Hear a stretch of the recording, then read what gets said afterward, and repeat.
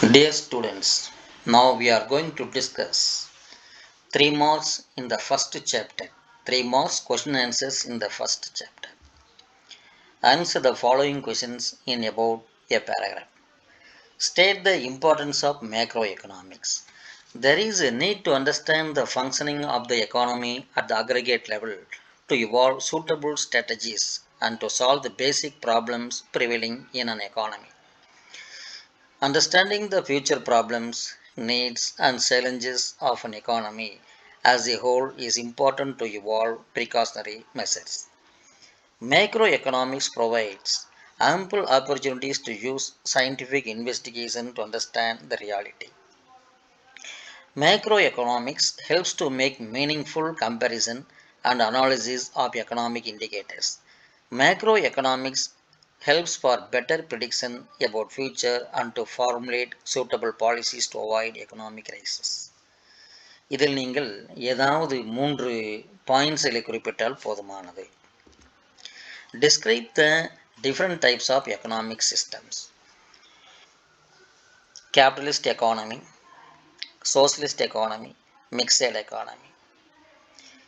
In capitalism, there is total freedom and private ownership of means of production. In socialism, there is no freedom for private and there is public ownership of means of production. Mixedism denotes the coexistence of capitalism and socialism. Outline the major merits of capitalism. Automatic working. Without any government intervention, the economy works automatically. Efficient use of resources. All resources are put into optimum use. Hard work is encouraged and the entrepreneurs get more profit for more efficiency. Economic progress. Production and productivity levels are high in capitalist economy. Consumers' sovereignty. All production activities are aimed at satisfying the consumers. Higher rates of capital formation. Increase in saving and investment leads to higher rates of capital formation. Development of new technology. As profit is aimed at producers invest on new technology and produce quality of goods.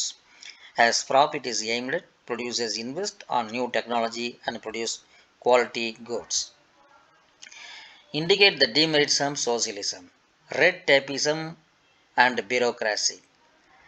As decisions are taken by government agencies, approval of many officials and movements of files from one table to other takes time and leads to red tapeism. Absence of incentive. The major limitation of socialism is that the system does not provide any incentive for efficiency. Therefore, productivity also suffers. Limited freedom of choice. Consumers do not enjoy freedom of choice over the consumption of goods and services. Concentration of power. The state takes all major decisions. The private takes no initiative in making economic decisions. Hence, the state is more powerful and misuse of power can also take place.